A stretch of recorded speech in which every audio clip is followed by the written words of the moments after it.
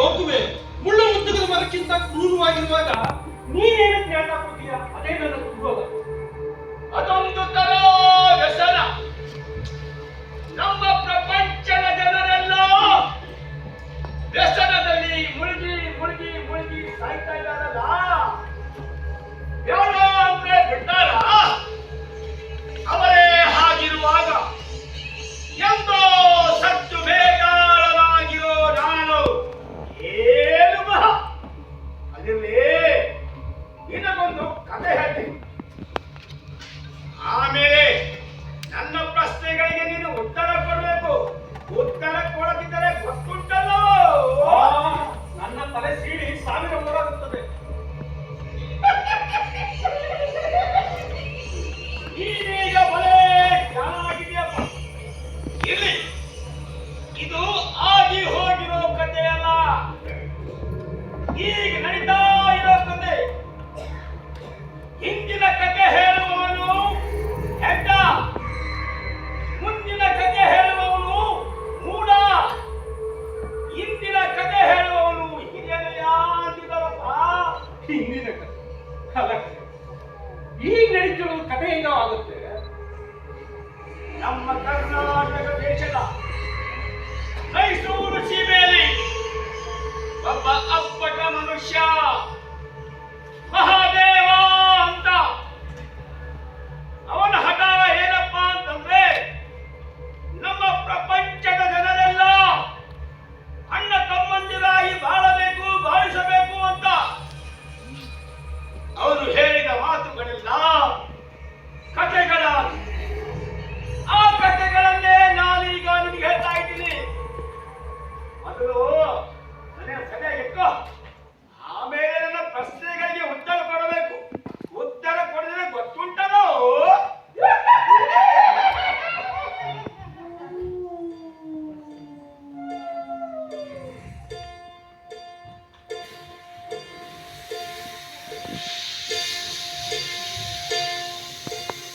ಆ ರಾತ್ರಿಗಳು ಹೋದವು, ಈ ರಾತ್ರಿಗಳು ಬಂದವು.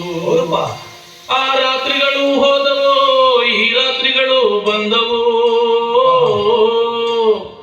ಅವು ಹೋಗ್ತಾ ಬರ್ತಾ ಹೋಗ್ತಾ ಬರ್ತಾ ಇರ್ಬೇಕಾರೆ, ಅವು ಹೋಗ್ತಾ ಬರ್ತಾ ಹೋಗ್ತಾ ಬರ್ತಾ ಇರ್ಬೇಕಾರೆ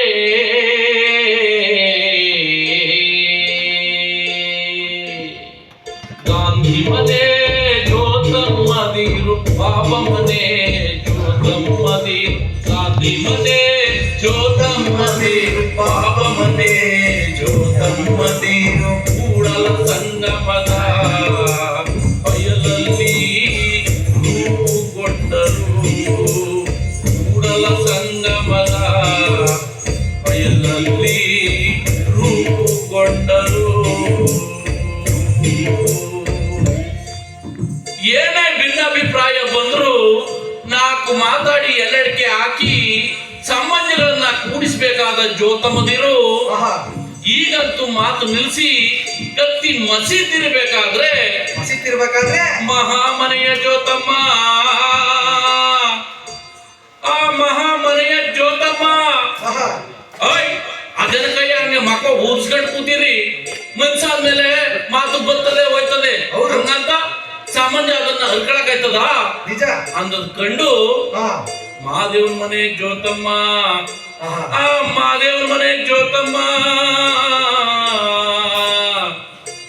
ಅಕ್ಕೆ ನೋಡು ನಮ್ಮ ಐದ ಹೇಳೋದು ಏನಂತ? ಸಂಬಂಧ ಅನ್ನೋದು ದೊಡ್ಡ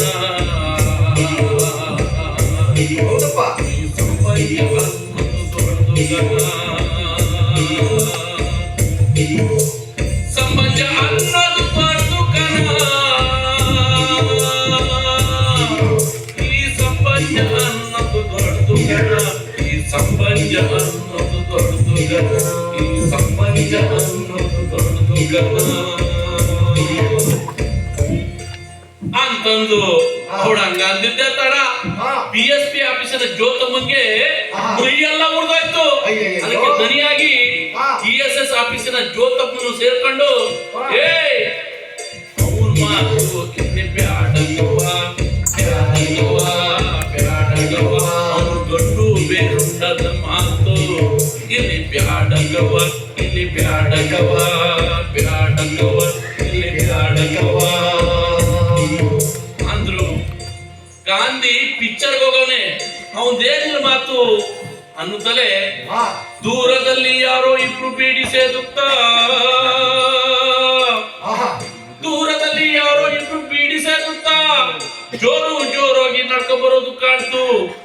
ಇಂಥ ಸರಿ ರಾತ್ರಿಲಿ ಈ ಶರೀರಗಳು ಈ ಕಡೆನೆ ಬರ್ತಿರೋದು ಕಂಡ ಜ್ಯೋತಮದೀರು ಸರಕ್ಕಂತ ಸೈಡ್ ಹೋಗಿ ಮರೆ ಆದ್ರು. ಅತ್ತ ನಡೆದು ದಣಿವಾದ ಆ ಶರೀರಗಳು ಜ್ಯೋತಮ್ಮಗಳು ಕೂತ ಜಾಗಕ್ಕೆ ಬಂದು ಪ್ಯಾಂಟು ಜೇಬನ್ನೆಲ್ಲ ಪರೀಕ್ಷೆ ಮಾಡಿ ಸಿಕ್ಕ ಒಂದು ಬೀಡಿ ಮೋಟನ್ನ ಹೊತ್ತಿಸಿದರು. ನೀರಿನ ಗಡ್ಡಿಯ ಬೆಳಕಿನಲ್ಲಿ ಪಳಪಳ ಹೊಳೆವ ಆ ಮುಖಗಳ ಕಂಡು ಈರಿದ ಕಡ್ಡಿಯ ಬೆಳಕಿನಲ್ಲಿ ಪಳಪಳ ಹೊಳೆವ ಆ ಮುಖಗಳ ಕಂಡು ಪೂರ್ತಿ ಧಾಮದ ಜ್ಯೋತಮ್ಮ. ಅವೈ ಅಲ್ಲಿ ನೋಡು ಆ ಚಂದವ ಆ ಮುಖದ ಒಳಗೆ ನಮ್ಮ ರಾಮಯ್ಯನುವೆ ಮಾದೇವನುವೆ ಮಂಟೆ ಸ್ವಾಮಿ ಮಾದೇಶ್ವರನ್ ತರ ಕಾಣ್ತಾರಲ್ಲವಾ ಅವೈ ಅಂತ ದೃಷ್ಟಿ ತೆಗೆದ್ರು. ಆಗ ಹಟ್ಟಿ ಗುಡಿಸಲ ಜ್ಯೋತಮ್ಮ. ಅಕೋಯ್ ಈ ಕತ್ತೆಲಿ ಈ ಪರಿ ಇಬ್ರು ಕೂತವ್ರೆ ಅಂದ್ರೆ ಏನೋ ವಿಶೇಷ ಇದ್ದೇ ಇರ್ತದೆ ಅನ್ಕೊಂಡು ಆ ಇಬ್ರು ಮಾತಿಗೆ ಕಿವಿಯಾದ್ರು. ಎಷ್ಟೊತ್ತು ಕಾದ್ರು ಇಬ್ರು ಬಯಲು ಒಂದೇ ಒಂದು ಮಾತು ಉದುರದೆ ಬರೀ ಹೊಗೆಯೇ ಬರ್ತಿರಾದ್ ನೋಡು ಈ ಜ್ಯೋತಂದಿರು. ಮತ್ತೊಂದು ರೌಂಡ್ ಎಲೆಡಿಕೆ ಹಾಕಿ ಕೂತ್ಕೊಂಡ್ರು. ಏನೋ ಹೊಳೆದಂತವನಾಗಿ ರಾಮಯ್ಯ ಪೆನ್ನು ತಗೊಂಡು ಬಿಟ್ಟ ಹೊಗೆಯನ್ನು ಇಂಕು ಮಾಡಿಕೊಂಡು ರಪ ರಪ ಅಂತ ಗೀಚಿ ಮಾದೇವನಿಗೆ ಕೊಟ್ಟನು. ಆ ಮಾದೇವನು ಅದನ್ನು ಓದ್ತಾ ಕಣ್ಣೀರಾದನು. ಆ ಮಾದೇವನು ಅದನ್ನು ಓದ್ತಾ ಕಣ್ಣೀರಾದನು. ಹೌದಪ್ಪ. ಆ ಕಣ್ಣೀರು ತನಗೆ ತಾನೇ ದಾರಿ ಮಾಡಿಕೊಂಡು ಆ ಕಣ್ಣೀರು ತನಗೆ ದಾರಿ ಮಾಡಿಕೊಂಡು ಹಟ್ಟಿಯ ಕಡೆ ಹರಿಯತೊಡಗಿತು. ಅವ ಏನ್ ಬರದ್ನೋ ಇವ ಏನ್ ಓದದ್ನೋ ಅಂತೂ ಈ ಚೋಟುಗುವ ಕಣ್ಣಾರೆ ಕಾಣುತ್ತಾ ಆ ಕಣ್ಣೀರ ಕೋಡೆಯಲ್ಲಿ ತಾವು ಹರಿಯುತ್ತಾ ಆದಿ ಕಲ್ಯಾಣಕ್ಕೂ ಕಪ್ಪಡಿ ಕೈಲಾಸಕ್ಕೂ ವ್ಯಾಪಿಸಿ ಬೆಳೆದ ಆ ಕಣ್ಣೀರಿನ ವರತೆಯನ್ನು ಅದಕ್ಕಾಸಿ ಜಳಕವ ಮಾಡಿ ತನ್ನ 100 ವರುಷಗಳ ಕೊಳೆಯ ತೊಳೆದು ಕಳಕೊಂಡು ನಾಟ್ಯವಾಡಿದಳು. ಅವ್ವ ನಾಟ್ಯವಾಡಿದಳು ಕನ್ನಡವ್ವ ನಾಟ್ಯವಾಡಿದಳು.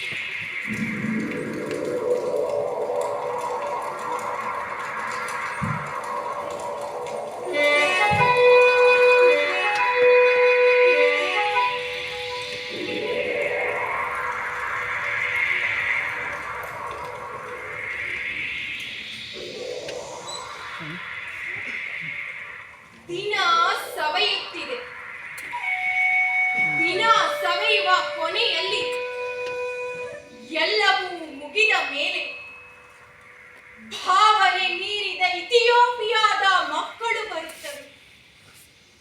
ಕ್ಷಾಮದ ಬಿಳಿ ಹಲ್ಲುಗಳು ಅವುಗಳನ್ನು ತಿನ್ನುತ್ತವೆ. ಅವುಗಳು ನನ್ನನ್ನು ತಿನ್ನುತ್ತವೆ. ದಿನ ಸವೆಯುತ್ತಿದೆ. ದಿನ ಸವೆಯುವ ಕೊನೆಯಲ್ಲಿ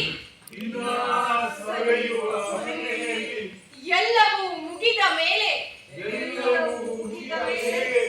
ಭಾವನೆ ಮೀರಿದ ಇಥಿಯೋಪಿಯಾದ ಮಕ್ಕಳು ಬರುತ್ತವೆ.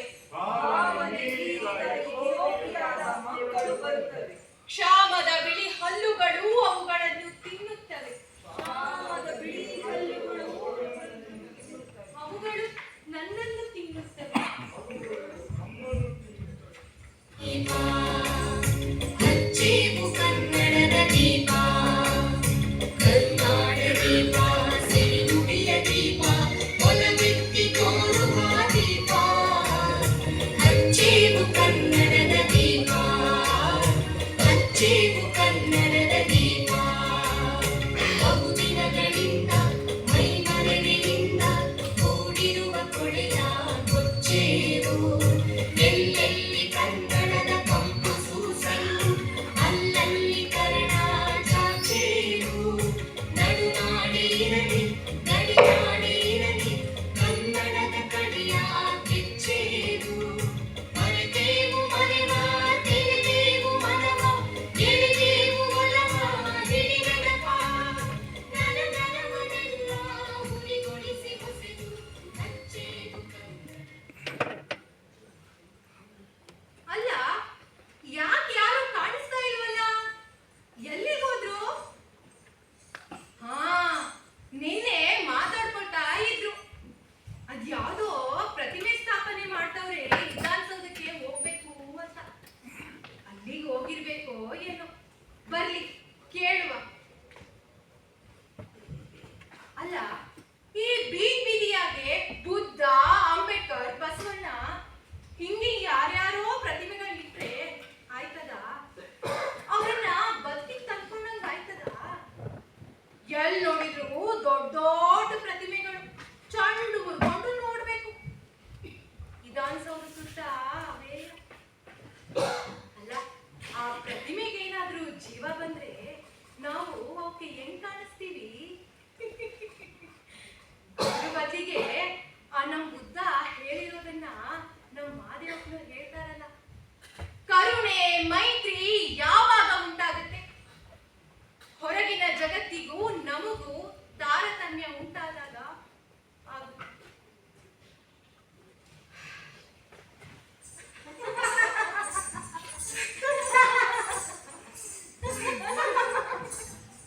ಏನ್ರಮ್ಮಿ, ಎಲ್ರು ಎಲ್ಲಿಗೆ ಹೋಗಿದ್ರಿ?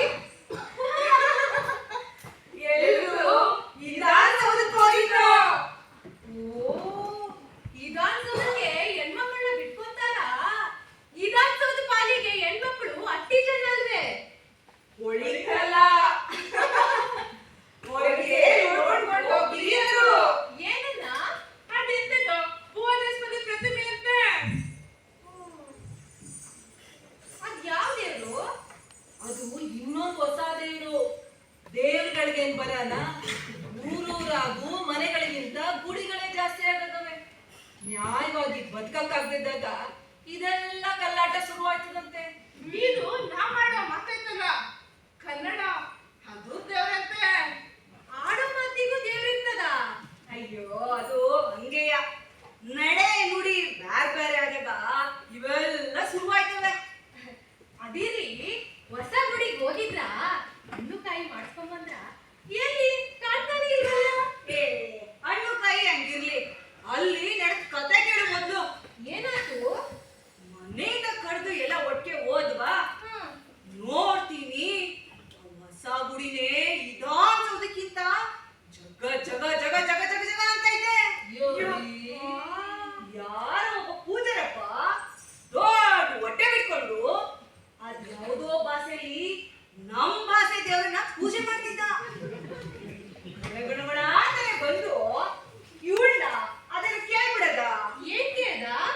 ನಾಮಧೇಯ ನಾಮಧೇಯ ಅಂತ ಕೇಳ್ಬಿಟ್ಟ ನನ್ಗೇನು ಗೊತ್ತೇ ಆಗ್ಲಿಲ್ಲ ಅಂತೀನಿ. ನಾವೆಲ್ಲ ಪಿಳಿ ಪಿಳಿ ಪಿಳಿ ಪಿಳಿ ಅಂತ ಕಣ್ಕೊಂಡ್ ಬಿಟ್ಕೊಂಡ್ ನೋಡ್ತಾ ನಿಂತ್ಬಿಟ್ಟ. ಈ ಹೆಸರೇನಮ್ಮ ಅಂತ ಪೂಜಾರಪ್ಪ ಕೇಳ್ದ. ಅಯ್ಯೋ ಹೆಸರು ಕೇಳಕ್ಕೆ ಇಷ್ಟೊಂದು ಪರಿಪಾಟ್ಲು ಬೀಳ್ಬೇಕೆ?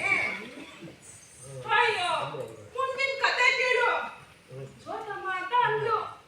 ಆಮೇಲೆ ಯಾವ ಗೋತ್ರ ಅಂತ ಕೇಳೋದೆ. ಇವ್ಳು ಏನ್ ಹೇಳ್ತಾಳೆ ಅಂತ ನಾವೆಲ್ಲ ಗಾಬರಿ ಆದ್ರೆ ಇವ್ಳು ಏನ್ ಹೇಳಿದ್ಲು ಗೊತ್ತಾ? ಏನಂದ್ಲು? ಅಪ್ಪಂದು ಮಾದಾರ ಚೆನ್ನಯ್ಯ ಗೋತ್ರ, ಅವ್ವಂದು ಡೋಹಾರ ಕಕ್ಕಯ್ಯ ಗೋತ್ರ ಅನ್ನೋದ. ಯವ್ವಾ, ಇದು ನಿಂಗೆ ಹೇಳ್ಕೊಟ್ಟವ್ರು ಯಾರು? ಅಣ್ಣ ಬಸವಣ್ಣ. ಅದನ್ನೆಲ್ಲ ನೀವು ಒಂದ್ಸಲ ಕೇಳಿಸ್ಕೊಳ್ಳಿ. ಗೋತ್ರ ನಾಮ ಬೆಸಗೊಂಡಣೆ ಮಾತು ನೂಕದೆ ಸುಮ್ಮನಿದ್ದೀರೇನಯ್ಯ. ತಲೆಯ ಕುತ್ತಿ ನೆಲನ ಬರೆವತ್ತಿದಿರಿದೇನಯ್ಯ. ಗೋತ್ರ ನಾಮ ಮಾದಾರ ಚೆನ್ನಯ್ಯ, ಡೋಹರ ಕಕ್ಕಯ್ಯನೆಂದರೇನು ಕೂಡಲ ಸಂಗಯ್ಯ.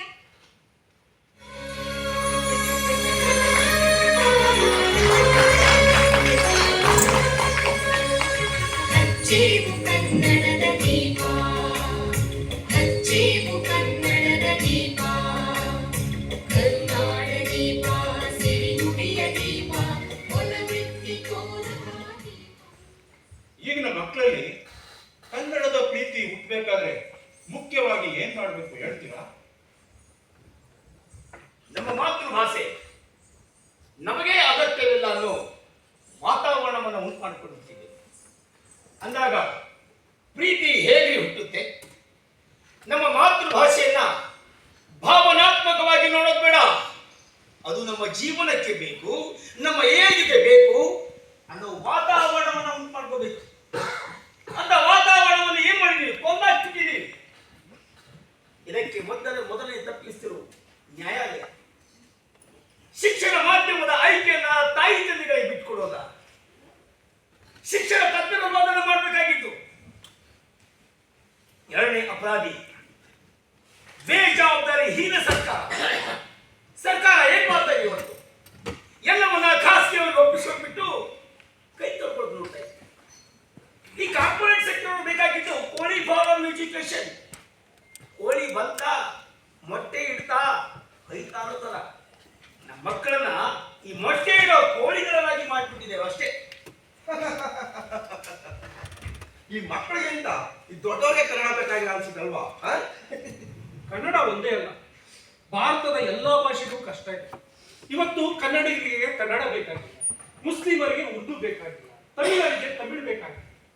ಅಲ್ಲ, ಮಲೇಷ್ಯಾದಲ್ಲಿ ತಮಿಳು ಮಾಧ್ಯಮ ಇದೆ, ಆದ್ರೆ ತಮಿಳುನಾಡಲ್ಲಿ ತಮಿಳು ಮಾಧ್ಯಮ ಇಲ್ಲ. ಎಲ್ಲರೂ ಈ ಶಾಸ್ತ್ರೀಯ ಭಾಷಾ ಪಠ್ಯಕ್ಕೆ ಬಡದಾಡ್ತಿದ್ದಾರೆ. ಹೊಟ್ಟೆಗೆ ಇಟ್ಟಿಲ್ಲ, ಜುಟ್ಟಿಗೆ ಮಲ್ಗೆ ಹೂವು, ಇದೊಂಥರ ಜುಟ್ಟಿಗೆ ಮಲ್ಗೆ ಹೂವು ರಾಜಕಾರಣ. ಇದೊಂದು ದುರಂತ ಸ್ಥಿತಿ. ಇವತ್ತು ಕರ್ನಾಟಕದಲ್ಲಿ ಕನ್ನಡವೇ ಅನಾಥ, ತಮಿಳುನಾಡಲ್ಲಿ ತಮಿಳೇ ಅನಾಥ. ಕನ್ನಡ ಒಂದೇ ಅಲ್ಲ, ಭಾರತದ ಎಲ್ಲಾ ಭಾಷೆಗೂ ಖಂಡಿತ ಎದುರಾಗಿದೆ. ಇದನ್ನ ಒಂದು ಜನಾಂದೋಲನ ಮಾಡಕ್ಕಾಗಲ್ವಾ ಅಂದ್ರೆ ಇದು ಜನರಿಗೆ ಬೇಕಾಗಿಲ್ಲ. ಇವತ್ತು ಜಾಹೀರಾತು ಎಲ್ಲವನ್ನೂ ನಿರ್ಧರಿಸ್ತಿದೆ. ತುಂಬಾ ಕಷ್ಟ ಇದೆ. ನೀವು ಹೇಳ್ತಾ ಇರೋದು ನಿಜಾನೇ. ಆದ್ರೆ ಈ ಮಕ್ಕಳಲ್ಲಿ ಪ್ರೀತಿನ ಹೇಗೆ ಹುಟ್ಟಿಸ್ಬೋದು ಅಂತೀರಾ? ಹೇಗೆ ಹುಟ್ಟುತ್ತೆ? ನೋಡಿ, ಈ ಪ್ರಶ್ನೆ ನಂದು ಕೂಡ. ಈ ಕನ್ನಡದ ಪ್ರೀತಿ ಇದೆಯಲ್ಲ, ಅದು ತ್ಯಾಗ ಆಗಬಾರ್ದು, ಭಾವನಾತ್ಮಕ ಸಂಗತಿನೂ ಆಗಬಾರ್ದು. ವ್ಯಾವಹಾರಿಕವಾಗಿ ಲಾಭದಾಯಕವಾಗಿರುವಂತ ಪರಿಸ್ಥಿತಿಯನ್ನ ಉಂಟು ಮಾಡಬೇಕು. ಈ ತೋರ್ಕೆಗೆ ಕನ್ನಡ ಪ್ರೇಮ ಇದೆಯಲ್ಲಪ್ಪ, ಇದೇ ಇವತ್ತು ಜಾಸ್ತಿ ಆಗ್ತಾ ಇದೆ. ಇದಕ್ಕೆ ರಾಜಕೀಯ ಇಚ್ಛಾಶಕ್ತಿನೂ ಬೇಕು. ಈ ವಿಚಾರದಲ್ಲಿ ರಾಜಕೀಯ ಇಚ್ಛಾಶಕ್ತಿ ಇಲ್ವೇ ಇಲ್ಲ ಅಂತ ನನಗೆ ಅನಿಸ್ತಾ ಇದೆ.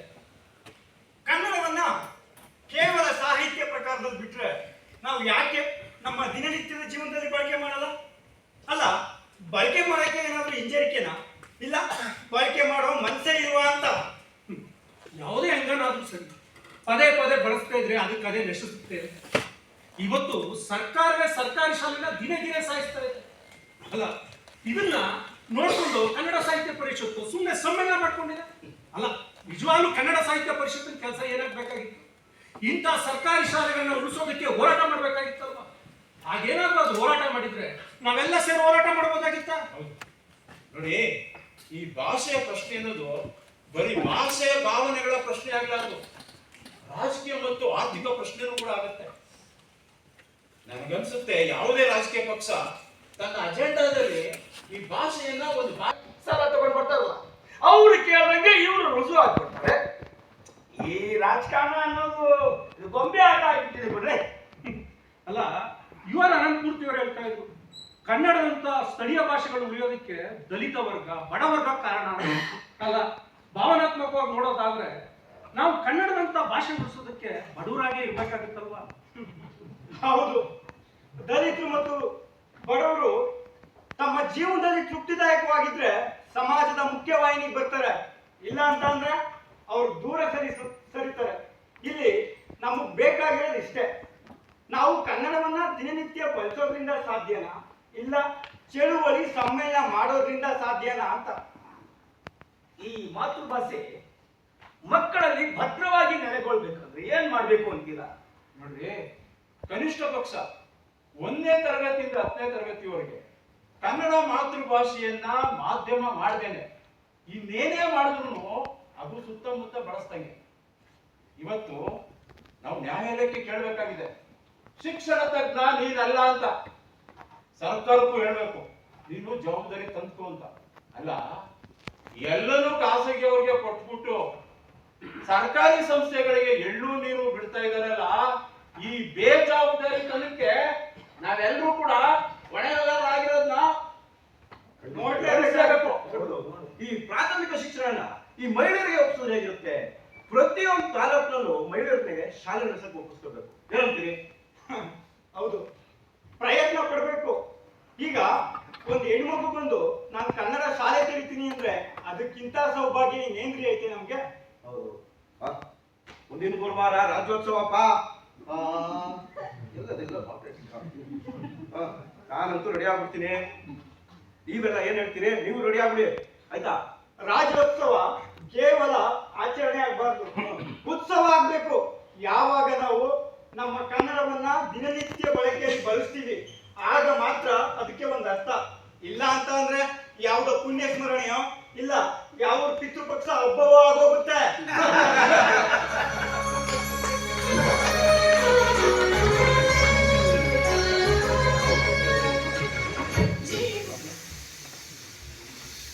ಒಂದೇ ಬಾರಿ ನನ್ನ ನೋಡಿ ಮದನಗಿ ಹಂಗಾಬೀರಿ, ಒಂದೇ ಬಾರಿ ನನ್ನ ನೋಡಿ ಮದನಗಿ ಹಂಗಾಬೀರಿ, ಮುಂದ ಮುಂದ ಮುಂದ ಹೋದಳು ಹಿಂದ ನೋಡದ ಗೆಳತಿ, ಹಿಂದ ನೋಡದ. ಮುಂದ ಮುಂದ ಮುಂದ ಹೋದಳು ಹಿಂದ ನೋಡದ ಗೆಳತಿ, ಹಿಂದ ನೋಡದ. ಕೊನೆದಾಡುವ ದೀಪದ ಕುಡಿಯೇ ನಿನ್ನ ಕಣ್ಣ ಬೆಳಕಿನ ಕಿರಣದಿ, ಕೊನೆದಾಡುವ ದೀಪದ ಕುಡಿಯೇ ನಿನ್ನ ಕಣ್ಣ ಬೆಳಕಿನ ಕಿರಣದಿ. ಗೆಳತಿಗೊಂದು ಮಾತ ಹೇಳಿ ಇಂದ ಬಾರನಿ, ಬರುವಾಗ ಅವಳ ಕಣ್ಣಿನ ಕಾಂತಿ ತಾರನಿ.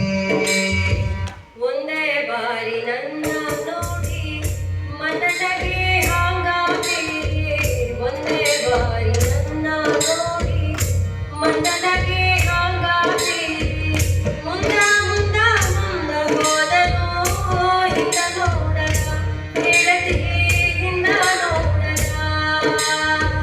ಮುಂದ ಮುಂದ ಮುಂದ ಹೋದನು ಹಿಂದ ನೋಡದ ಗೆಳತಿ, ಹಿಂದ ನೋಡದ. ಒಂದೇ ಬಾರಿ. ಅರೆ ಯಾವಾಗ ಬಂದೆ? ನೀನ್ ಬಂದಿದ್ ಗೊತ್ತೇ ಆಗಿಲ್ಲ ನೋಡು. ಬಾ ಕೂತ್ಕೋ. ಅದೇ ನೀನು ಕಣ್ಣು ತುಟಿಯ ನಡುವೆ ಇರುವ ರೆಪ್ಪೆ ಅಂತ ಹಾಕ್ತಿದ್ಯಲ್ಲ, ಆಗ್ಲೇ ಬಂದೆ. ಅದ್ ಸರಿ, ನಿಂಗೆ ಎಷ್ಟು ಜನ ಗೆಳ್ತಿರಿದ್ದಾರೆ? ಯಾಕೆ ಯಾಕಿಂಗ್ ಕೇಳ್ತಾ ಇದೀಯಾ? ನಿನ್ಗೆ ಗೊತ್ತು ತಾನ ನೀನು ಒಬ್ಳೇನೆ ಅಂತ. ನೀನ್ ಹಾಡೋವಾಗ ಮುಖದಲ್ಲಿರೋ ಕಣ್ಣು, ಮೂಗು, ಹುಬ್ಬು, ತುಟಿಗಳನ್ನ ಒಂದೊಂದಾಗಿ ಒಬ್ಬೊಬ್ರ ಹತ್ರನೇ ಕಳಿಸ್ತಿದ್ಯಲ್ಲ, ಅದಕ್ಕೆ ಹಾಗೆ ಕೇಳಿದ್ದು. ಏ ಅದು ಹಾಡು ಕಣೆ, ನಾನಲ್ಲ. ಅದ್ ಸರಿ, ಹೇಗಿತ್ತು ಹಾಡು? ಚೆನ್ನಾಗಿತ್ತಾ? ಓ, ನೀನು ಚಂದ, ನಿನ್ ಹಾಡು ಇನ್ನೂ ಚಂದ. ಅದಕ್ಕೆ ಅಲ್ವಾ ಏನೆಲ್ಲ ಬಿಟ್ಟು ನಿನ್ನಿಂದ ಓಡ್ ಬಂದಿರೋದು. ಥ್ಯಾಂಕ್ಸ್ ಕಣೆ. ನನಗೂ ಅಷ್ಟೇ, ನೀನಂದ್ರೆ ಅಷ್ಟೇ ಇಷ್ಟ. ಅಲ್ಲ, ಇವತ್ತು ಕಾಲೇಜ್ಗೆ ಹೋಗಿದೆಯಲ್ಲ, ಏನಾಯ್ತು? ಇವತ್ತು ಕಾಲೇಜಿನಲ್ಲಿ ಒಂದು ಮುಖ್ಯವಾದ ಸೆಮಿನಾರ್ ಇತ್ತು. ಅದು ನಮ್ಮ ಕನ್ನಡ ಡಿಪಾರ್ಟ್ಮೆಂಟ್ ಅಲ್ಲಿ ಈ ಯುದ್ಧಗಳ ಬಗ್ಗೆ ಕುರಿತು ಮಾತಾಡ್ತಾ ಇದ್ರು. ಈ ಪ್ರೀತಿ ಪ್ರೇಮ ಎಲ್ಲ ಎಷ್ಟು ಗಾಢವೋ ದ್ವೇಷ ಕೂಡ ಅಷ್ಟೇ ತೀವ್ರವಾಗಿತ್ತು. ಯಾಕಂದ್ರೆ ಮಹಾಭಾರತದಿಂದ ಹಿಡಿದು ವಿಶ್ವದ ಮಹಾಯುದ್ಧಗಳು, ಈಗ ನಡೀತಿರೋ ಯುದ್ಧ ಬಗ್ಗೆ ಚರ್ಚೆ ಆಯ್ತು. ಜಗತ್ತಿನ ಕ್ಷಾಮಗಳಿಗಿಂತ ಈಗ ನಡೀತಿರೋ ಯುದ್ಧದಲ್ಲೇ ಸತ್ತಿರೋರು ಜನಸಂಖ್ಯೆ ಜಾಸ್ತಿ ಅಲ್ವಾ? ಹೌದು, ಭೀಕರ ಬರ ಮತ್ತು ಕ್ಷಾಮಗಳನ್ನ ನೋಡಿರೋ ನಮ್ಮ ಜನ ಯುದ್ಧ ಮಾಡೋದನ್ನ ನಿಲ್ಲಿಸ್ತಾನೆ ಇಲ್ಲ. ಅದು ಅಲ್ಲದೆ ಆ ಯುದ್ಧಗಳನ್ನ ನೋಡಿರೋ ಇವ್ರ ಮನಸ್ಸನ್ನು ಸಹ ಕಲಗ್ತಾ ಇಲ್ಲ. ಅದ್ ಸರಿ, ನೀನು ಊರಿಗೆ ಹೋಗ್ಬೇಕು ಅಂತಿದ್ಯಲ್ಲ, ಯಾವಾಗ ಹೋಗ್ತಿದ್ಯಾ? ಏನ್ ಕತೆ? ಅಪ್ಪ ಹೇಳ್ತಾ ಇದ್ರು ಮುಂದಿನ ವಾರ ಹಬ್ಬ ಇದೆ ಅಂತ. ಒಂದ್ 4 ದಿನ ನೀನ್ ನೋಡಕ್ಕಾಗಲ್ಲ. 4 ದಿನನಾ? ಯಾವಾಗ ಬರ್ತೀಯಾ? ನಿನ್ಗೆ ನಮ್ಮೂರ್ ದೇವ್ರ ಕತೆ ಗೊತ್ತಾ? ಇಲ್ಲ. ಬಾ ಹೇಳ್ತೀನಿ. ನಮ್ಮೂರಲ್ಲಿ ಗ್ರಾಮ ದೇವತೆ ತಾನಾಗಿ ಒಳಗೆ ಮೂಡಿತ್ತು. ಅದು ನೋಡಿ ನಮ್ಮ 3 ಜನ ಗುಡಿ ಕಟ್ಟಬೇಕು ಅಂತ ಅನ್ಕೊಂಡ್ರು. ಇನ್ನೇನು ಆ ಗುಡಿ ಚಾವಣಿ ಅಂತಕ್ಕೆ ಬರ್ಬೇಕು, ಅಷ್ಟರಲ್ಲಿ ಒಬ್ಬನ ಮೈ ಮೇಲೆ ದೇವ್ರು ಬಂದ್ಬಿಡಲ್ಲ.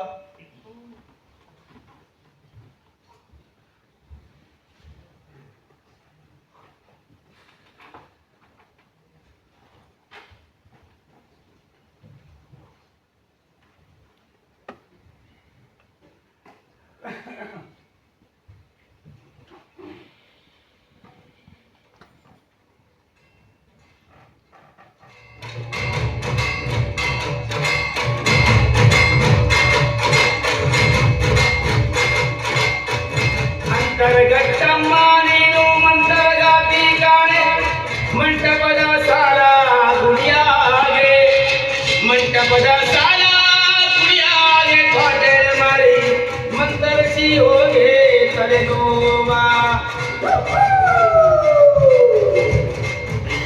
ಓರಿಯ ಹೊಡೆಕೊಂಡು ಕೋರುಡಿಗೆ ಕರೆಕೊಂಡು ಕೋರಿ ಕಲ್ಲಂತ ಮಳೆಯೋಳೆ, ಕೋರಿ ಕಲ್ಲಂತ ಮಳೆಯೋಳೆ ಕರ್ಕೊಂಡು ಜೋಡಿ ಹೊಟ್ಟೈತೆ ಬರಸೇಗೆ.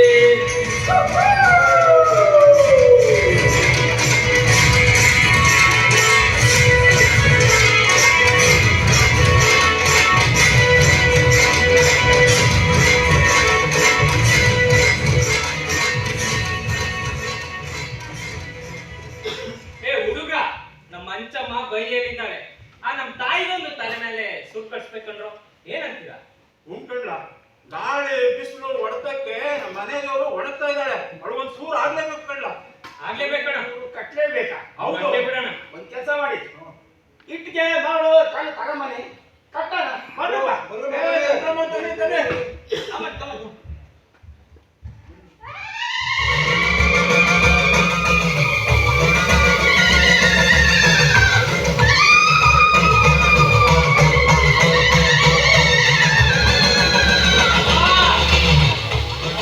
ತಾಯಿ, ನಮ್ಮ ತೆಪ್ಪು ಹಾಕ್ಮೇಲೆ ನೀನು ಹೊಟ್ಟೆ ಹಾಕೊಂಡು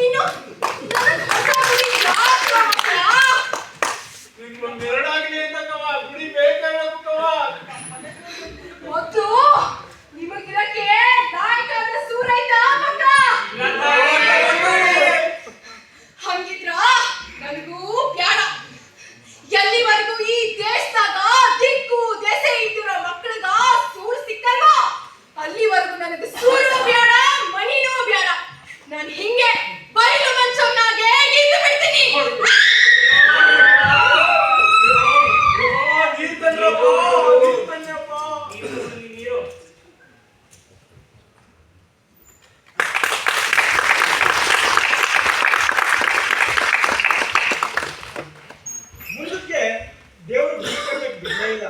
ಅದಕ್ಕೆ ನಮ್ಮ ದೇವ್ರನ್ನ ಪ್ರೀತಿಯಿಂದ ಮನೆ ಮಂಚಮ್ಮ ಅಂತ ಕರೆದು ವರ್ಷಕ್ಕೊಂದ್ಸಲ ಬನು ಮಾಡ್ದು. ಅಬ್ಬಬ್ಬಬ್ಬ, ನಿಮ್ಮನೆ ಮಂಚಮ್ಮ ಸಾಮಾನ್ಯದೆಲ್ಲ ಬಿಡು. ಜನರು ಕಂಡ್ರೆ ಎಷ್ಟೊಂದು ಅಕ್ಕರೇನ, ಈ ತರ ಕಥೆನ ನಾನು ಕೇಳೇ ಇರಲಿಲ್ಲ. ನಾನ್ ನೋಡಿರೋ ದೇವರೆಲ್ಲ ಬರೀ ಹೆದರ್ಸೋವೇ ಆಗಿದ್ದಾವೆ, ದೊಡ್ಡ ದೊಡ್ಡ ಗುಡಿ ಕಟ್ಬಿಡೋನವೇ ಆಗಿದ್ದಾವೆ. ಆದ್ರೆ ನಿಮ್ಮನೆ ಮಂಚಮ್ಮ ತನ್ನ ಮಕ್ಳ ಮೇಲೆ ಏನ್ ಪ್ರೀತಿ, ಏನ್ ಅಕ್ಕರೆ. ಬುದ್ಧನ್ ತರನೇ ಎಲ್ರು ಪ್ರೀತಿ ಕರುಣೆಯಿಂದ ಇರೋ ಅಂತ ನಮ್ಮ ಮನೆ ಮಂಚಮ್ಮನು ಹೇಳ್ತಾಳೆ. ಹಳ್ಳಿರೋ ಇಂಥ ದೇವ್ರುಗಳೇ ತಾನೆ ನಮ್ಮ ದೇಶ ಕಾಪಾಡ್ಕೊಂಡು ಬಂದಿರೋದು. ದೇವರು ಕೂಡ ಮನುಷ್ಯನ ಕಷ್ಟಕ್ಕೆ ಯಾಕೆ ಮಿಡಿಬೇಕು ಅಂತಂದ್ರೆ, ಜಗತ್ನಲ್ಲಿರೋ ನಾವೆಲ್ಲರೂ ಒಬ್ರಿಗೊಬ್ರು ಸಂಬಂಧಿಕರೇ, ನೈಸರ್ಗಿಕವಾಗಿ ಹಾಗೂ ಮಾನಸಿಕವಾಗಿ ಅಂತ ವಿಜ್ಞಾನ ಪ್ರೂವ್ ಮಾಡಿದೆ.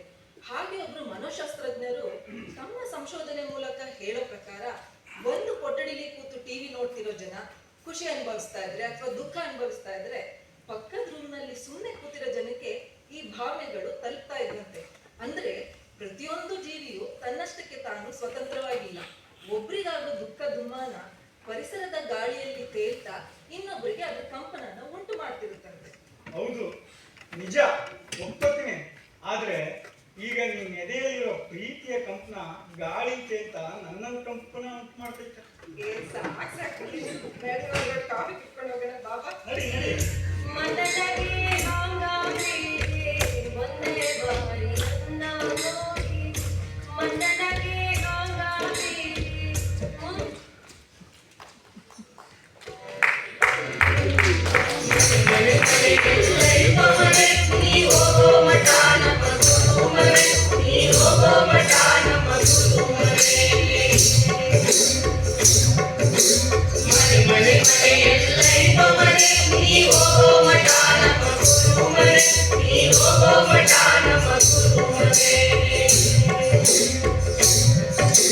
ಸಂಸಾರ ಮಾಡಲು ಬರೀ ಮನೆ, ಇದು ಸತ್ತ ಮೇಲೆ ಸುಡುಗಾಡು ಮನೆ. ಸಂಸಾರ ಮಾಡಲು ಬರೀ ಮನೆ, ಇದು ಸತ್ತ ಮೇಲೆ ಸುಡುಗಾಡು ಮನೆ. ಮನೆ ಮನೆ ಮನೆ ಎಲ್ಲ ಇರೋ ಮನೆ, ನೀ ಹೋಗೋ ಮಠ ನಮ್ಮ ಗುರು ಮನೆ, ನೀ ಹೋಗೋ ಮಠ ನಮ್ಮ ಗುರು ಮನೆ. ಅವ್ವ, ಈ ಮಕ್ಕಳನ್ನ ನೋಡಿದ್ರ ಹುಟ್ಟಿ ಉಳಿಯುತ್ತವ? ಯಾಕಮ್ಮ, ಏನಾಯ್ತು? ಅಲ್ಲ, ಈ ಹುಡುಗಿ ಅಪ್ಪ ಅಮ್ಮ ಇರೋದು ಹಳ್ಳಿಲಿ, ಜಾತಿಲಿ ಮೇಲ್ಜಾತಿ ಅನ್ನಿಸ್ಕೊಂಡವ್ರು. ಹುಡುಗನ್ಗಿಂತ ಭೂಮಿ ಕಾಣಿ ವಿದ್ಯೆಲಿ ಮೇಲಿಲ್ದೆ ಹೋದ್ರು ಜಾತಿಲಿ ಮೇಲ್ಜಾತಿ.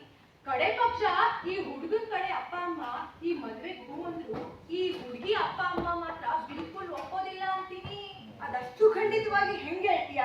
ಹೆಂಗಂದ್ರೆ, ಈ ಹುಡುಗಿಗೆ ಈಗಾಗಲೇ ಇಬ್ರು ತಂಗಿರಿದ್ದಾರೆ. ಇವ್ರೇನಾದ್ರೂ ಮದ್ವೆ ಆಗ್ಬಿಟ್ರೆ ಆ ಇಬ್ರು ತಂಗಿರ ಮದ್ವೆ ಆಗುತ್ತೋ ಇಲ್ವೋ ಅಂತ ಹುಡುಗಿ ಅಪ್ಪ ಅಮ್ಮ ಯೋಚನೆ ಮಾಡ್ತಾರೆ. ಹಾಗೋ ಹೀಗೋ ಮದ್ವೆ ಆಯ್ತು ಅನ್ಕೊಳ್ಳೋಣ, ಹುಡುಗಿ ಕುಟುಂಬಸ್ಥರು ಬಹಿಷ್ಕಾರ ಹಾಕ್ಬಿಡ್ತಾರೆ. ಅವ್ರ ಜಾತಿಯಸ್ಥರು ಉಪ್ಪು ಹುಣಸೆ ಸಹಿತ ಕೊಡೋದಿಲ್ಲ ಅಂತೀನಿ. ಪಾಪ ಅಲ್ವಾ?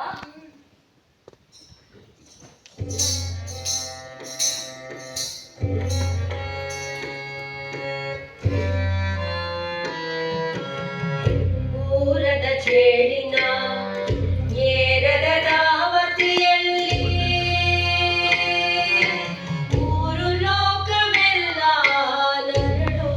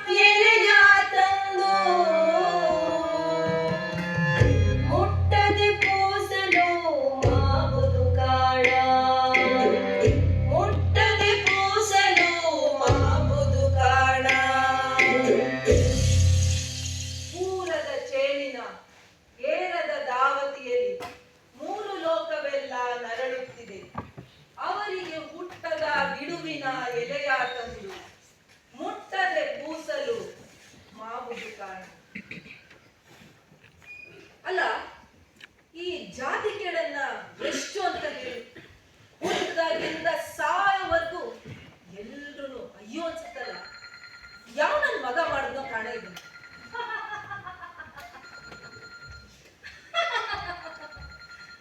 ಅಕ್ಕ, ಈ ಜಾತಿ ಕಿಡಿಗೆ ಪರಿಹಾರನೇ ಇಲ್ವಾ? ಅದಂಗಲ್ಲ ಕಣವ, ಇದೊಂದು ಸಮಸ್ಯೆನೇ ಅಲ್ಲ, ಹುಟ್ಟು ಹಾಕೊಂಡಿದ್ದು ಸುಳ್ಳು ಸಮಸ್ಯೆ. ಅದಕ್ಕೆ ನನ್ನಪ್ಪ ಅಲ್ಲಮ್ಮ ಹೇಳಿದ್ದು ಏನಂತ, ಚೇಳ್ ತಕ್ಷಣ ಇಲ್ಲ, ಪಿಸ ಏನಿಲ್ಲ, ಗಾಯ ಅಂತೂ ಆಗೇ ಇಲ್ಲ. ಆದ್ರೂ ಅರ್ಧರಾತ್ರಿ ಎದ್ದು ಚೇಳ್ ಕಚ್ತು ಅಂತ ಲಬೋ ಲಬೋ ಲಬೋ ಬಡ್ಕೊಂಡವ್ರಿಗೆ ಏನ್ ಮಾಡಕ್ಕಾಗುತ್ತೆ? ಅಂತೂ ಏನ್ ಮಾಡ್ಬೇಕು ಅಂತ್ಯಾ? ಸುಲಭ ಅಂತಾರೆ.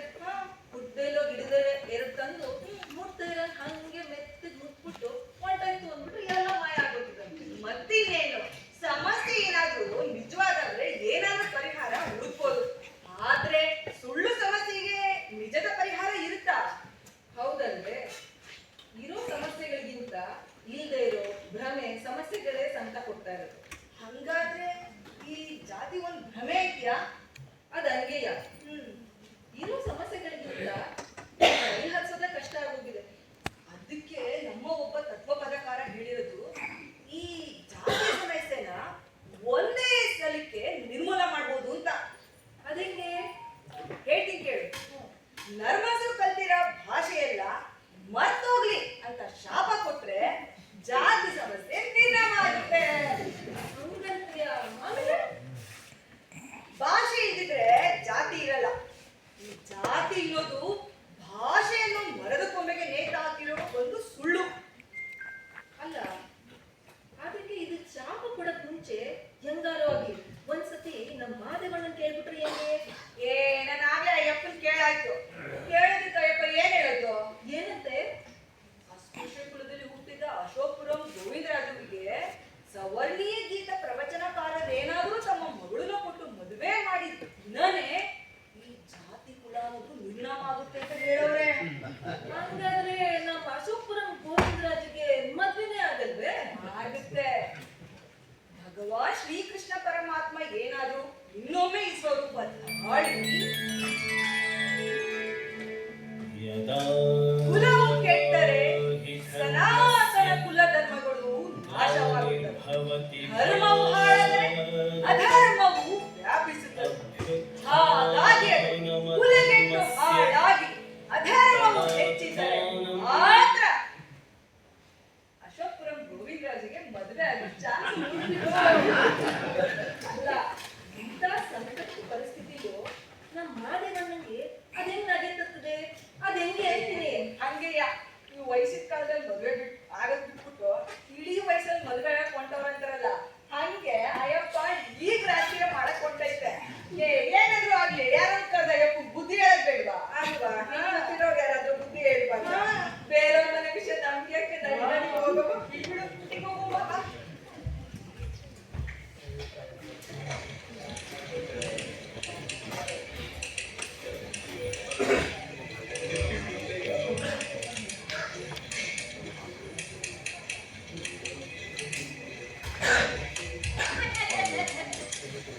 ಒಂದಾನೊಂದು ಊರಿನಲ್ಲಿ ಒಂದು ಆಫೀಸ್ ಇದೆ.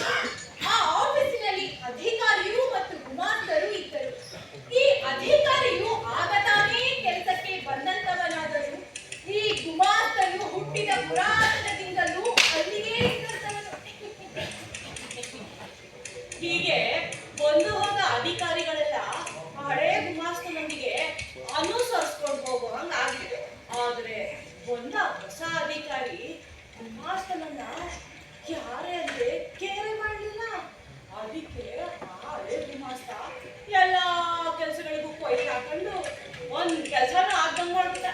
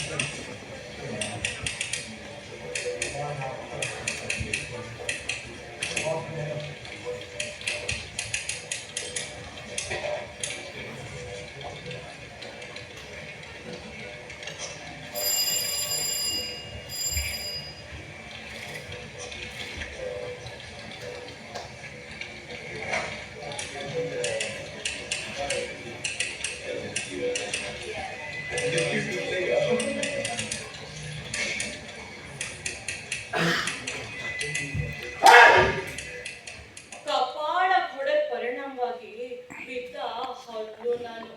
ನನ್ನಡಿ ಹಳೇ ಗುಮಾಸ್ತ ಪಾಪ ರಕ್ತವನ್ನು ನೋವನ್ನು ಉಂಡ್ಕೊಂಡು 4 ಗೋಡೆ ಮಧ್ಯೆ ಹೋದ ಮಾನವ ಬದಲಾಗಿ ಆ ಅಧಿಕಾರಿದು 2 ಹಲ್ಲು ಬೇಕು ಅಂತ ಮಂದಲ್ಲೇ ಆಗಿನ ಲೇಖಕರು ಶೇಕ್ಸ್ಪಿಯರ್ ಬರೀತಿದ್ರಲ್ಲ ಸ್ವಲಿಯೋಗಿ ಅಂದ್ರೆ ಮನ್ ಕಿ ಬಾತ್ ಅದೇ ಮನ್ನಲ್ಲೇ ಪ್ರತಿಜ್ಞೆ ಮಾಡ್ಕೊಂಡ್ರು. ಆದ್ರೆ ಅದು ಮನ್ನಲ್ಲೇ ಉಳಿಲಿಲ್ಲ. ಅದು ಒಬ್ರು ಹೋಯ್ತಾ, ಅಲ್ಲಿಂದ ಇನ್ನೊಬ್ರು ಹೋಯ್ತಾ, ಹೀಗೆ ಗಾಡಿ ಸುದ್ದಿಯಾಗಿ ಆ ಅಧಿಕಾರಿ ಕಿವಿಗೂ ಬಿದ್ಬಿಡ್ತು. ಅವನು ಕೋಪಗೊಂಡು ನಂದಣಿನ ನೀರು ನೆರಳಿಲ್ಲದ ಕಡೆಗೆ ವರ್ಗಾಯಿಸಿ ಈ ಹಲ್ಬಿತ್ತು ನೋಡಿ ಅಂದ್ರೆ ನಾನು ಉದ್ರದ್ನಲ್ಲ ಆ ಘಟನೆನೆ ಮರ್ತ್ಬಿಟ್ಟ. ಆಗ ಅಧಿಕಾರಿಗೆ 60 ವರ್ಷಗಳು ವಯಸ್ಸಾಯ್ತು. ನಂತರ ಸರ್ಕಾರಿ ಸೇವೆಯಿಂದ ನಿವೃತ್ತಿನೂ ಆಯ್ತು. ಇನ್ನೇನು ಪೆನ್ಷನ್ ಮತ್ತೊಂದು ಪಡ್ಕೊಂಡು ಇಡೀ ಜೀವನ ನಡೆಸಲು ರೆಡಿ ಆದ. ಪೆನ್ಷನ್ ಗ್ರಾಜ್ಯುಟಿ ರೆಕಾರ್ಡ್ಗಳೆಲ್ಲ ಆ ಕಡೆಯಿಂದ ಈ ಕಡೆ, ಈ ಕಡೆಯಿಂದ ಆ ಕಡೆ ಓಡಾಡಿ ಇನ್ನೇನು ಹಣಚಕ್ಕು ಕೈ ಬರ್ಬೇಕು. ಅಷ್ಟರಲ್ಲಿ ಆ ಅಧಿಕಾರಿಗೆ ಒಂದು ಸಮಸ್ಯೆ ಎದುರಾಯ್ತು. ಅದೇನಪ್ಪ ಅಂದ್ರೆ ಈ ಸರ್ಕಾರಿ ಸರ್ವಿಸ್ ಫೈಲಲ್ಲಿ ಅಧಿಕಾರಿಯ 2 ಹಲ್ಲುಗಳು ಇಲ್ಲ ಎಂಬುದಾಗಿ ಬರೆಯಲಾಗಿತ್ತು. ಆದ್ರೆ ಅಧಿಕಾರಿಗೆ ಹಾಲಿ ಹಲ್ಲಿತ್ತು. ನಾವಿದ್ದ ಆದ ಕಾರಣ ಆ ಸರ್ಕಾರಿ ದಾಖಲೆಗಳು ತಾಳೆ ಆಗದೆ ಬಾಯಲ್ಲಿ ನಾವು ಇದ್ದ ಕಾರಣ ಪೆನ್ಷನ್ ಅನ್ನು ತಡೆ ಹಿಡಿಯಲಾಯಿತು. ನಂದಡಿ ಹಳೇ ಗುಮಾಸ್ತ ಅವನ್ ಹಲ್ಲ ಉದುರಿಸ್ಬಿಟ್ಟ. ನಾನ್ ಬಿಟ್ಬಿಡ್ತೀನ? ನಂಗೆ 2 ಹಲ್ಲು ಬೇಕೇ ಬೇಕು. ಇದು ನನ್ ಡಿಮ್ಯಾಂಡು. ಅಸಹಾಯಕನಾದ ಅಧಿಕಾರಿಯು ಬಾಯಿ ಮುಚ್ಕೊಂಡು ಹೊರಗೆ ಬಂದ. ನಂತರ ವೈದ್ಯರಿಂದ ಬಲವಂತವಾಗಿ ತನ್ನ 2 ಹಲ್ಲುಗಳನ್ನು ತೆಗೆದ. ಕೊನೆಗೆ ನಾವೇನು ಹೆದರಿಕಿದ್ದೇವೆ. ಆದ್ರೆ ಆ ಗುಮಾಸ್ತ ತನ್ನ ಚಾಣಾಕ್ಯ ಪ್ರತಿಜ್ಞೆಯನ್ನು ಈಡೇರಿಸಿಕೊಂಡ ಕಾರಣ ನಾವು ಉದುರಿತು. ಸ್ನೇಹಿತರೆ, ಹಲ್ಲನ್ನು ಚೆಹರೆಯ ಗುರುತಾಗಿ ಪರಿಗಣಿಸೋದಿಲ್ಲ. ಆದ್ರೂ ಈ ಒಂದು ಕತೆ ಪ್ರಚಲಿತದಲ್ಲಿದೆ. ಇದು ಹಲ್ಲಿನ ಕಥೆನೂ ಅಲ್ಲ, ಗೌಡ ಅಧಿಕಾರಿ ಕಥೆನೂ ಅಲ್ಲ. ಇದು ಲಾಗಾಯಿತಿನಿಂದ ಮೇಲು ಕೀಳು ಅಂತ ತಾರತಮ್ಯ ಮಾಡ್ಕೊಂಡು ಜುಟ್ಟು ಬಿಟ್ಕೊಂಡು ನಡ್ಸ್ಕೊಂಡು ಬಂದಿರೋ ನಡಿಗೆ. ಇದು ಲಾಗಾಯಿತಿಯಿಂದ ಮೇಲು ಕೀಳು ಎಂಬ ತಾರತಮ್ಯಗಳ ಜುಟ್ಟು ಹಿಡಿದುಕೊಂಡು ಬಂದಿರುವಂತಹ ನಡಿಗೆ.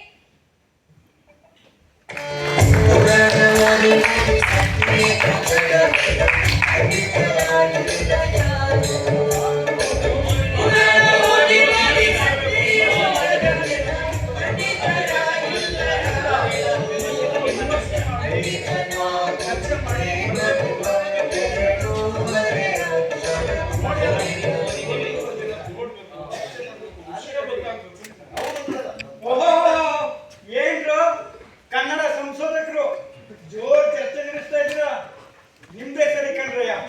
ರಳ ಕೂಡ ಸಕಟ ರೇಪ ಅಂತ ಮಸ್ತ್ ಮಜಾ ಮಾಡ್ತೀರಾ, ಹಾಗೆ ಜಗಳನೂ ಆಡ್ತೀರಾ.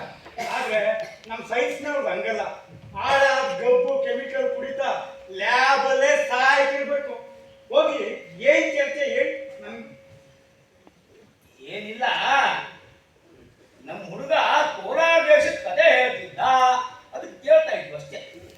ಏನು ಕೋಲಾರ ಅಂತ ದೇಶ ಇದೆಯಾ? ಗೊತ್ತಿರೋ ನನಗೆ. ನಮ್ಮ ಕರ್ನಾಟಕದಲ್ಲಿ ಬಹಳಷ್ಟು ದೇಶಗಳಿವೆ, ಅದರಲ್ಲಿ ಕೋಲಾರ ಒಂದು. ಅಲ್ಲಿರೋ ಆದಿಮವೇ ಕೊನೆ ಅಂಚು. ನೀವು ಬಿಡ್ರಪ್ಪ, ಕೋಲಾರದವರು ಮಹಾ ಪ್ರಚಂಡ. ಅವನಿ ಬೆಟ್ಟದ ಮೇಲೆ 6 ಮುಳಬಾಗಿಲು ಬೆಟ್ಟದ ಮೇಲೆ 3 ಒಟ್ಟು 9 ಮಳೆ ನೀರ್ನೆ ಹಿಂದೂ ಮಹಾಸಾಗರ ಮಾಡ್ಕೊಂಡು ಬೆಂಗಳೂರಿಗೆ ಬೆಳೆದು ಕೊಡ್ತಾ ಇದ್ರ ಸರ್ಕಾರಿನ. ಕೋಲಾರದ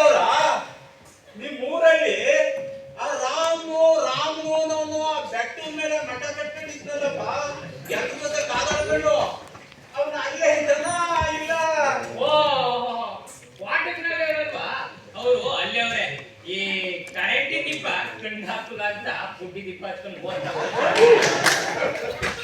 ನಗರಿ ಚಗರಿ ಅಂತ ಒಬ್ಬನಲ್ಲ ಅದೇ ಆ ಕೋಲಾರ ಬೆಟ್ಟದ ಮೇಲಿರೋ ಕಲ್ಲು ಬಂಡೆಗಳನ್ನೇ ಗುಪ್ತು ರತ್ನ ಅಂತ ನಿಂತ್ಕೊಂಡವನೆ. ಇನ್ನು ಆ ಪಿಚ್ಚಳ್ಳಿ ಅಂತ ಒಬ್ಬವನೆ ಬರೀ ಹಾಡಾಡೋದ್ರಲ್ಲೇ ಆ ಕೋಲಾರ ಕೆರೆಗಣ್ಣೆಲ್ಲ ತುಂಬಿಸ್ಬಿಡ್ತಾರೆ.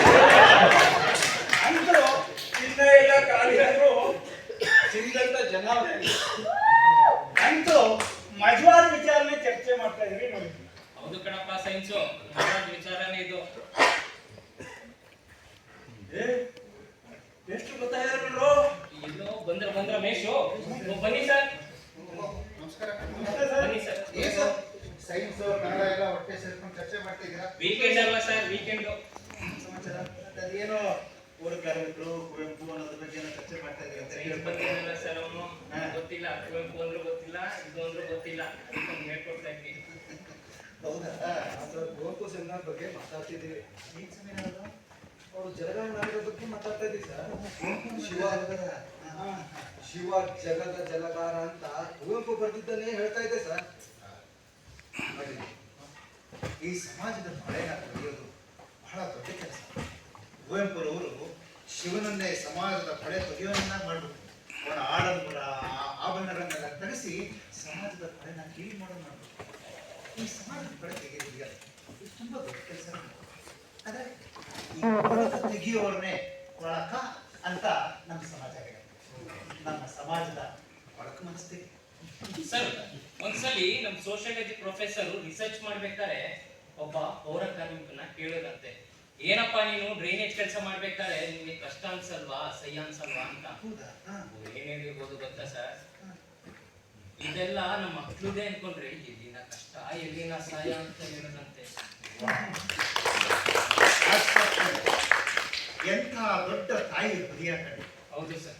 ಇಂಥ ಸಮಾಜ ನೋಡಿ, ಈ ಅಸಹನೆ ಈ ಸೋಲಿನ ನಡುವೆನೂ ಇಂಥ ದೊಡ್ಡ ಮನಸ್ಸು ಇದೆ ಅಂದ್ರೆ ಅದಕ್ಕೆ ನಿಜವಾಗ್ಲೂ ಸಲಾಮ್. ಈ ಹೇಳ್ತೀನಲ್ಲ, ನಮ್ಮ ಶಿಕ್ಷಣದಲ್ಲಿ ಈ ಕೊಳಕು ತೆಗೆಯೋದು ಅಥವಾ ಈ ಸ್ವಚ್ಛತೆ ಮತ್ತೆ ಚಪ್ಪಲಿ ಹೊಲಿಯೋದು ಶಿಕ್ಷಣ ಆಗ ಆಗಬೇಕು. ಆಗ ನಮ್ಮ ಭಾರತದ ಮಡಿ ಮನಸ್ಸಿಗೆ ಒಂದು ಶಿಕ್ಷಣ, ಮನುಷ್ಯತ್ವದ ಕಡೆಗೇ ಹೋಗುತ್ತೆ ಅಂದ್ಬಿಟ್ಟು. ಆದ್ರೆ ಇನ್ನೊಂದಿದೆ, ಇದನ್ನೇ ವೈಭವೀಕರಿಸ್ಬಿಟ್ಟು ಪೌರ ಕಾರ್ಮಿಕರ ಮಕ್ಕಳು ಪೌರ ಕಾರ್ಮಿಕರೇ ಆಗ್ಬೇಕು ಅನ್ನೋದನ್ನ ಹೋಗ್ಲಾಡಿಸ್ಬೇಕು. ನಿಮ್ಗೆ ಗೊತ್ತಿಲ್ಲ, ಗಾಂಧಿನೂ ಕೂಡ ಪಬ್ಲಿಕ್ ಟಾಯ್ಲೆಟ್ ಕಲ್ತಿದ್ರು. ಸರ್, ಒಳ್ಳೆಯ ವಿಚಾರನೆ ಮಾತಾಡಿದ್ರು. ಆಫ್ರಿಕಾದಲ್ಲಿ ಚಿನ್ನು ಅಚುಬೆ ಅಂತ ಇದ್ದಾರೆ. ಅವರು ಅಲ್ಲಿನ ಕೆಳಸ್ತರದ ಸಮುದಾಯದವ್ರನ್ನ ದೇವರ ಮಕ್ಕಳು, ಗಾಡ್ ಚಿಲ್ಡ್ರನ್ಸ್ ಅಂತ ಕರೀತಾರೆ. ಅಲ್ಲಿ ಅವರ ರಕ್ತ ಏನಾದ್ರು ಭೂಮಿಗೆ ಬಿದ್ರೆ ಅದು ಪಾಪ ಅಂತ ಅಲ್ಲಿನ ಜನ ಭಾವಿಸ್ತಾರೆ ಸರ್. ಆದ್ರೆ ನಮ್ಮ ದೇಶದಲ್ಲಿ ಕೆಳವರ್ಗದವರ ರಕ್ತ ಭೂಮಿಗೆ ಬಿದ್ರೆ ಅದು ಪುಣ್ಯ ಅಂತ ವಿಜೃಂಭಿಸ್ತಾರೋ ಏನೋ. ಈ ಜಾತಿ ವ್ಯವಸ್ಥೆ ಜನರ ಸಂವೇದನೆ ಮತ್ತು ಮನುಷ್ಯತ್ವನ ಚಿವುಟಾಕಿದೆ ಸರ್. ನೀನ್ ಹೇಳೋದು ನಿಜ ಕಣ. ಆದ್ರೆ ನಿನ್ ಪ್ರೀತಿಗೆ ಈ ಜಾತಿ ಅಡ್ಡ ಬರದೇ ಇರುವಾಗೆ ನಾವೆಲ್ಲರೂ ನೋಡ್ಕೊತೀವಿ ಕಣ. ಆದ್ರೆ ಒರಿಜಿನಲಿ ಧರ್ಮ ಅಂದ್ರೇನು? ಏನ್ ಸರ್? ಧರ್ಮ ಅಂದ್ರೆ ಸರ್, ಧರ್ಮ ಅಂದ್ರೆ ಸಹಜ ಗುಣ ಅಂತ. ಫಾರ್ ಎಕ್ಸಾಂಪಲ್, ನೀರಿನ ಸಹಜ ಗುಣ ಕರೆಯೋದು, ಬೆಂಕಿ ಸಹಜ ಗುಣ ಸುಡೋದು. ಹಾಗೆ ಮನುಷ್ಯನ ಸಹಜ ಧರ್ಮ ಮನುಷ್ಯತ್ವದಿಂದ ಬದುಕೋದು. ನೀವೆಲ್ಲ ವಿವೇಕಾನಂದನ ಓದಿದ್ರೆ ಗೊತ್ತಾಗುತ್ತೆ ಅವರ ಜಾತಿ ಪದ್ಧತಿನ ಹೇಗೆ ತಿರಸ್ಕರಿಸ್ತಾ ಇದ್ರು ಅಂತ ಹೇಳ್ಬೋದು. ಆಮೇಲೆ ತಾನು ಶುದ್ಧ, ಉಳಿದವರೆಲ್ಲ ಶುದ್ಧ ಅಶುದ್ಧ ಅನ್ನೋದನ್ನ ಧರ್ಮ ಅಂತ ಅನ್ಲೇ ಇಲ್ಲ ಅವರು. ನೋಡ್ರಿ, ನಮ್ಮ ದೇಶ ಉದ್ಧಾರ ಆಗಬೇಕು ಅಂದ್ರೆ ನಾವು 2 ವಿಷಯಗಳಿಂದ ವಿಮೋಚನೆ ಪಡಿಬೇಕು. ಮೊದಲನೇದು ತಾನು ಮೇಲು ಅನ್ನೋದು, ಎರಡನೇದು ಸರ್ ತಾನು ಕೀಳು ಅನ್ನೋದು. ನೋಡ್ರಿ, ಈ ಸಮಸ್ಯೆಗಳನ್ನ ನಾವು ಬಗೆಹರಿಸಲೇಬೇಕಾಗುತ್ತೆ. ಅದಕ್ಕಾಗಿ ನಮ್ಮ ವೈಚಾರಿಕತೆ ನಮ್ಮ ದಾರಿಯಾಗಬೇಕಾಗುತ್ತೆ, ಐಕ್ಯತೆ ನಮ್ಮ ಗುರಿಯಾಗಬೇಕಾಗತ್ತೆ. ಇಲ್ಲಾಂದ್ರೆ ಎಲ್ಲ ಗೋಜಲಾಗ್ತಾ ಹೋಗುತ್ತೆ. ಹೌದು ಸರ್. ಸರ್, ವಿವೇಕಾನಂದ ಫೋಟೋನ ಹಳ್ಳಿಯಲ್ಲಿ ಬೀದಿಲಿಟ್ಟು ಪೂಜೆ ಮಾಡ್ತಾರೆ. ಯಾರು ಸರ್ ಅವ್ರು ಪಾಲಿಸಿರೋ ತತ್ವ ಸಿದ್ಧಾಂತಗಳನ್ನ ಪಾಲಿಸ್ತಾರ? ಅದಕ್ಕೆ ಅಲ್ವಾ ಈ ನಮ್ಮ ನೆಲದ ರಚನೆಕಾರರು ತಮ್ಮ ಸುತ್ತ ಇರೋ ದೇವರುಗಳನ್ನ ದೇವರು ಅಲ್ಲೇ ಇಲ್ಲ, ಪ್ರತಿಯೊಬ್ಬರಿಗೂ ಅವ್ರದೇ ಒಂದು ದೇವರು. ಯಾವ ದೇವರು ಸರ್? ಅವರ ಮನಸ್ಸಿನೊಳಗಿರೋ ಪ್ರಜ್ಞೆಯವರಿಗೆ ದೇವರು. ನೋಡ್ರಿ, ನಿಮ್ಮ ಪ್ರಜ್ಞೆಗೆ ನೀವು ಸುಳ್ಳು ಹೇಳಕ್ಕಾಗಲ್ಲ. ಈ ದೇವ್ರುಗಳಿದಾರಲ್ಲ, ಶಿವ, ನಾರಾಯಣ, ಕಾಳಿ, ಇವರಿಗೆಲ್ಲ ಒಂದೆರಡು ಕಾಸು ದಕ್ಷಿಣೆ ಹಾಕ್ಬಿಟ್ಟು ನಾನು ತಪ್ಪು ಹೊಟ್ಟೆಗೆ ಹಾಕೊಂಡ್ಬಿಡಮ್ಮ ಅಂತ ಹೇಳಿ ನಾನು ಸುಳ್ಳು ಹೇಳ್ಬಿಡ್ಬೋದು. ಆದ್ರೆ ನಿನ್ನ ಮನಸ್ಸಿನೊಳಗಿರೋ ಪ್ರಜ್ಞೆಗೆ ಸುಳ್ಳು ಹೇಳಕ್ಕಾಗತ್ತ? ಅದಕ್ಕೋಸ್ಕರನೇ ನಮ್ಮ ವಚನಕಾರರು ವಚನಗಳನ್ನ ಕಟ್ಟಿಕೊಟ್ಟಿದ್ರು. ಹೌದು ಸರ್, ಅಂದು ನುಡಿದದ್ದು ಇಂದು ನುಡಿದಂತೆ ಕೇಳುತ್ತದೆ. ವಚನಗಳು ತಮ್ಮ ತಾವೇ ಕಾವ್ಯಗಳಾಗಿದೆ. ಈ ಬೆಂಕಿ ಅಂತ ವಚನಕ್ಕೂ ಸಾಂತ್ವನ ಹೇಳೋ ಜನಪದಕ್ಕೂ ಕಸಿ ಮಾಡಿಸಿದ್ರೆ ನಮ್ಗೊಂದು ಹೊಸ ಹುಟ್ಟು ಸಿಗುತ್ತೆ ಅನ್ಸುತ್ತಲ್ವಾ ಸರ್? ನಮ್ಮ ಸಮಸ್ಯೆಗೆಲ್ಲ ಒಂದು ಪ್ರಾಬ್ಲಮ್ ಸಿಗುತ್ತೆ ಅನ್ಸುತ್ತಲ್ವಾ ಸರ್? ಸರ್, ಈಗ ಅದಕ್ಕೆ ಅಲ್ವಾ ಸರ್ ಅಂಬೇಡ್ಕರ್ ಅವರು ನಮ್ಮೆಲ್ಲ ಬೌದ್ಧಗಳನ್ನು ಕರ್ಕೊಂಡು ಹೋಗಿದ್ದು? ಹೌದು ಸರ್, ಬೌದ್ಧ ಧರ್ಮವನ್ನು ಸ್ವೀಕಾರ ಮಾಡಿದ ನಾವು ಮೇಲು ಕೀಳು ಅಂತ ತಿಳ್ಕೊಂಡಿರೋ ಈ ಜನ ನಮ್ಮ ಬಗ್ಗೆ ಚಿಂತೆ ಮಾಡ್ತಾರೆ ಅಂತೇಳಿ ನಾವು ಚಿಂತೆ ಮಾಡೋದು ಬೇಡ ಸರ್. ಬೌದ್ಧ ಧರ್ಮವನ್ನು ಸ್ವೀಕಾರ ಮಾಡಿದ ನಾವು ಮೇಲೂ ಇಲ್ಲ ಕೀಳು ಇಲ್ಲ. ಕೇಳ್ತಾ ಇರೋದು ಇದೇ ಫಸ್ಟ್ ಕಣಪ್ಪ. ಹುಷಾರಿದೆ ಮೊದಲು ನೋಡಿ ಸರ್, ಮುಖ ನೋಡಿದ್ರೆ ಗೊತ್ತಾಗಲ್ಲ ಸರ್. ನೋಡಿದಾಗ ಇವನಿಗೂ ಮದುವೆ ತುಂಬಾ ಅರ್ಜೆಂಟ್ ಇದೆ. ನಡಿ ನಡಿ, ಅದನ್ನ ಕಲಾಗ್ರಾಮದಲ್ಲಿ ಎದೆಗೆ ಬಿದ್ದ ಅಕ್ಷರ ನಾಟ್ಕೊಂಡು ಬಿದ್ದದೆ ಅಂತ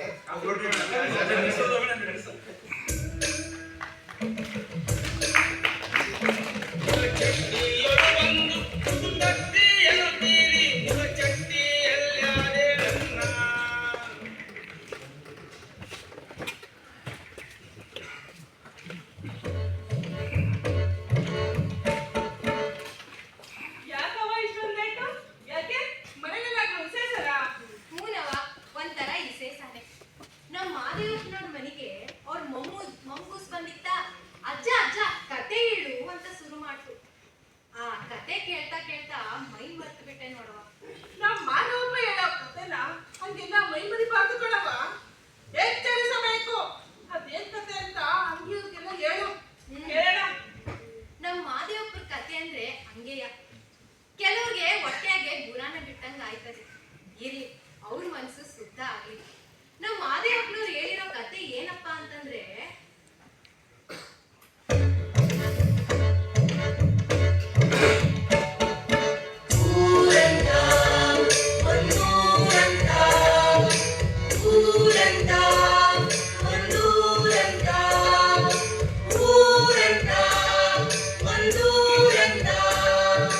ಒಂದಾನೊಂದು ಕಾಲದಾಗ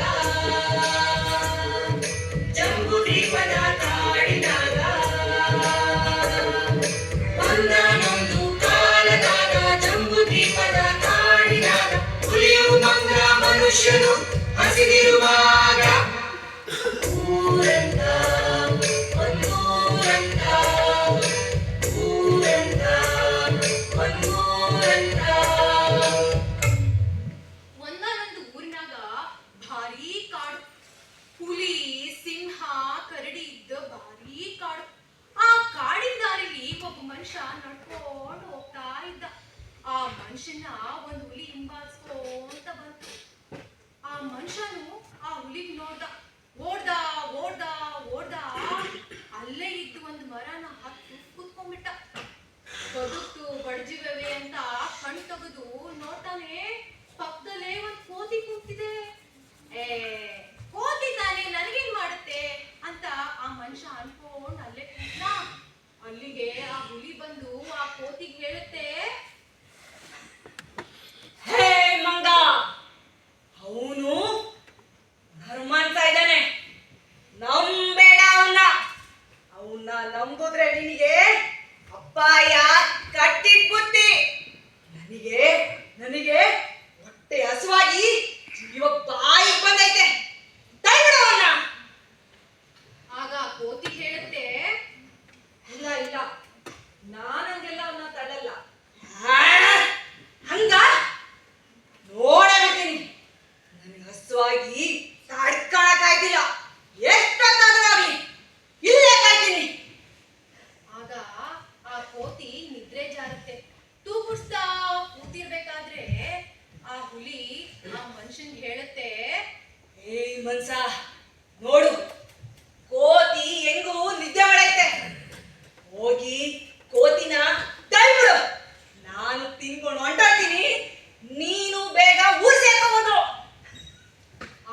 ಕೋತಿ ಹೇಳ್ತು,